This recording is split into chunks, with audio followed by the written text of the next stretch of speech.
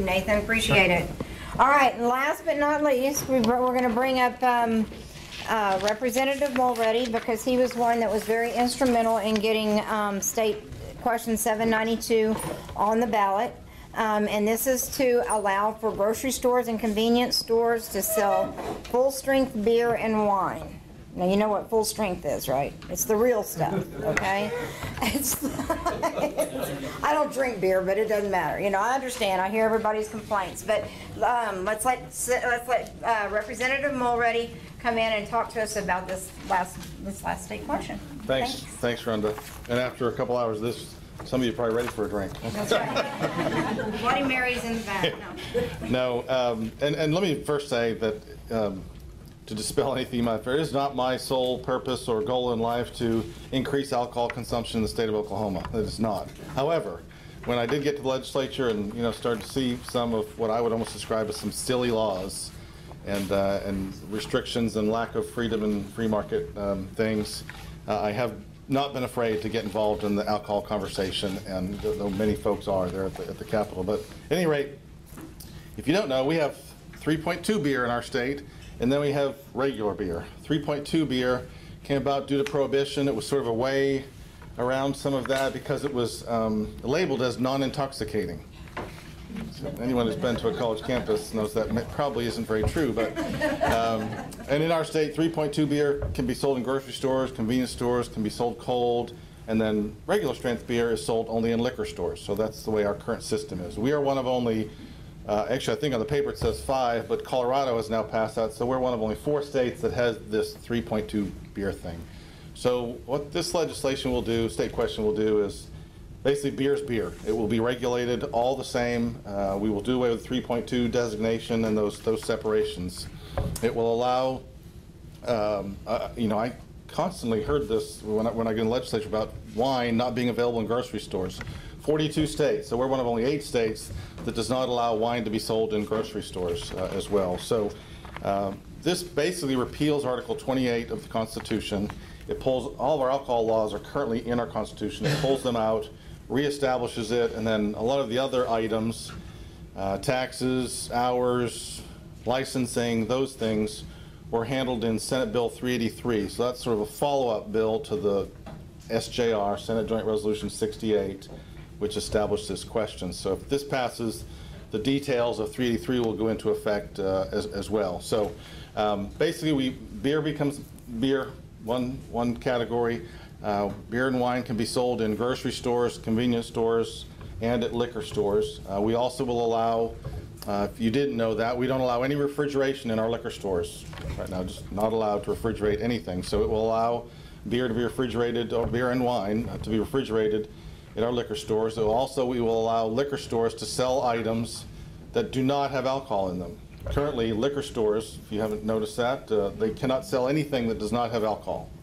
So they can't sell a corkscrew or a commemorative glass or something unless it is packaged in an enclosed box with something with alcohol. So it will allow them to do that up to 20% of their sales.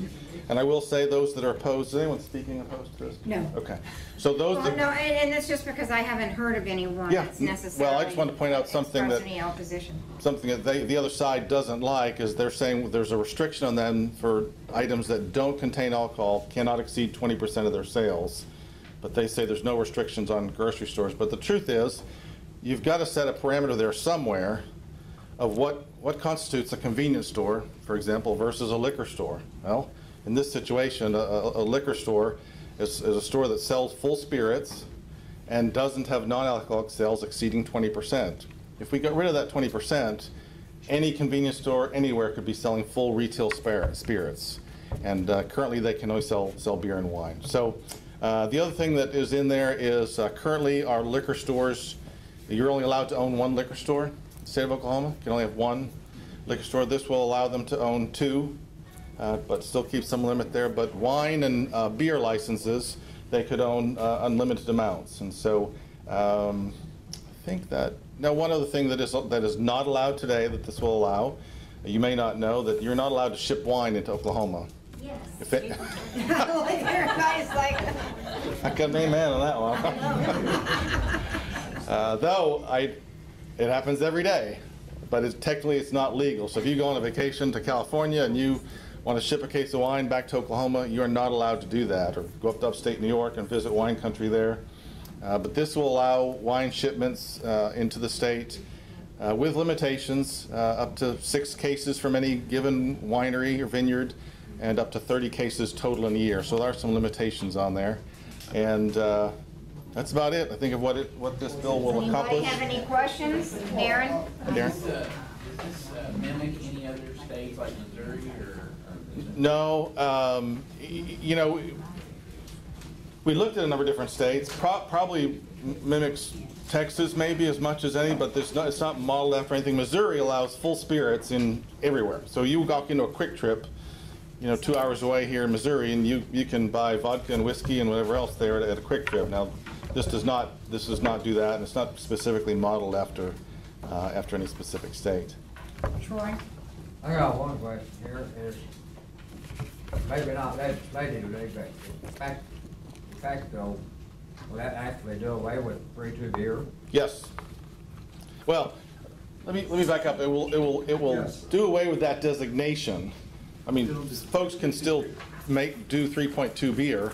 I mean, it can be manufactured, but and just to clarify, there are lines of delineation, and that is 8.9% alcohol content for beer. Anything below that falls under what I've just been talking about. If it's stronger than that, which there are those out there with some craft beers now, that still is required to be in a liquor store.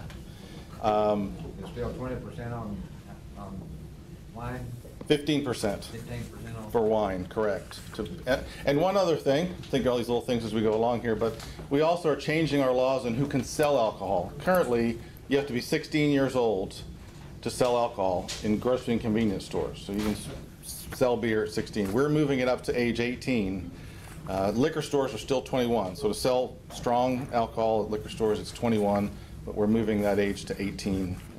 Will this do anything about the craft beers? A number of places are starting to have craft beers where they're opening their own bar, and they would be able to serve that, because right now they can't.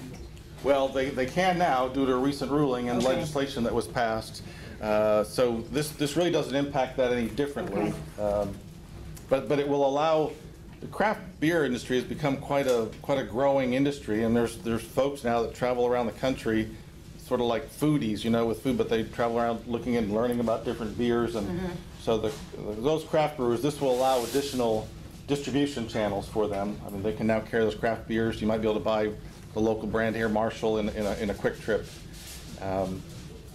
or just convenience stores. So it'll help them. I might add too. One of the against on your paper here, it stated that with 4,000 more outlets, this is as a negative for alcohol sales, that it will increase drinking, that sort of thing. But I want to clarify, this doesn't increase any additional outlets for alcohol. It changes what they're allowed to sell, but it doesn't open up any additional outlets. So. Well, I think outside of maybe what that was referring to was that, since you said that now they can own not just one liquor store, but they can have the opportunity to own 2 liquor stores. So maybe that's what they're talking about, is that it was doubling. That was, Representative Brumbaugh put that together, so I'm not sure where that came from. And one, Go ahead. just one other quick thing on the other side. If they were standing here, what they would present to you is that they're being treated differently, that because of different rules with the retail spirits, and my response to that would just be that they are being treated differently, but because it's a different license. I mean, we want to be a little bit more restrictive, or have a little bit more parameters there for retail spirits license versus beer at 8.9% or wine at 15%, that sort of thing. Sir? So this election, we're given the choice to get high easier and drunk easier. Is that the idea? No, you can't get high because they did away, that one didn't make the ballot. Oh. The medical marijuana didn't make the ballot. Yeah. So, does anybody have any other questions? So you're wanting to have this just so we can have more taxes, more money? Is that what it's for? No. Freedom. Convenience, more freedom. Convenience, so that you don't have to stop, okay, the way it is now, let's say I'm gonna have you over and you drink wine and I need to stop and buy some wine, but I also need to get some snacks to go with it. I'm gonna have to stop at Walmart, I'm gonna have to buy the snacks, I'm gonna have to get my corkscrew to open your bottle of wine, then I have to go to the liquor store and I've got to buy warm wine or room temperature wine. It's not chilled yet, so I've got to buy it in advance so that I can chill it for you because you like your wine chilled. I wouldn't invite me. Well, no. I'm just saying that with this, you can get cold, you'll be able to get cold wine, you're gonna be able to get your corkscrew and your food all in one place. It's more a convenience. And right now in grocery stores, you can get wine coolers and you can get 3.2 beer. And so that's just not the way things are going. And my thing is this, I was back in Tulsa back in the late 70s, early 80s. I know the oil and gas industry, we used to be the oil capital of the world. Then people with expense accounts would come here, and at that time, remember, you had to have a membership to a club, but you didn't even know if you liked it or not. You had to bring your own bottle, and then you still had to pay $6 to use their glass and some ice. Okay? And then, if you didn't drink all of your bottle, you had to either bring it back or you had to finish the bottle before you left. So, and then of course, we also had the opportunity to be the next Nashville. But I think that our liquor laws were archaic. They're even more archaic than what they are now. Helped in making that not happen. Drinking is a personal responsibility. I personally, I choose usually not to drink. I mean, I'm not going to say I never do because I do have one every once in a while. But that's my choice. I think that they need to be able to go in and purchase what they need as far as beer and wine. If they don't want to do the hard liquor, that's fine. I'm from Louisiana. If you were tall enough to put the money up on top of the bar, you could get whatever you wanted. But and you could buy it anywhere. This is just going to kind of bring us up more into the current times as far as what's available and what's not, and allowing the industry to. Another thing that you may hear about, again from the other side, is this impacts the distribution of alcohol within our state.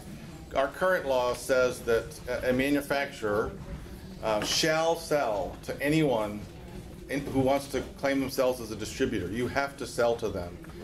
We're the only state in the country that does that. Only state in the country. This changes it to a may. In other words, if you're a manufacturer of an alcohol product, you can choose how to distribute your product however you want, whether you want to choose one distributor or 6 regional distributors, but that shouldn't be the government's decision on how you distribute your product. Right. Darren? We'll jump back and forth. Darren, Go ahead and go. I was just wondering if there's any provisions in this new law that strengthen DWIs and abuse in the home, alcoholism. It doesn't have anything to do with that. This doesn't have. It doesn't change any yeah. DUI laws at all. I know, in some states, they actually have these like unmanned convenience stores that you go in, just like a pop machine, you put in, you can get wine and beer. Yeah.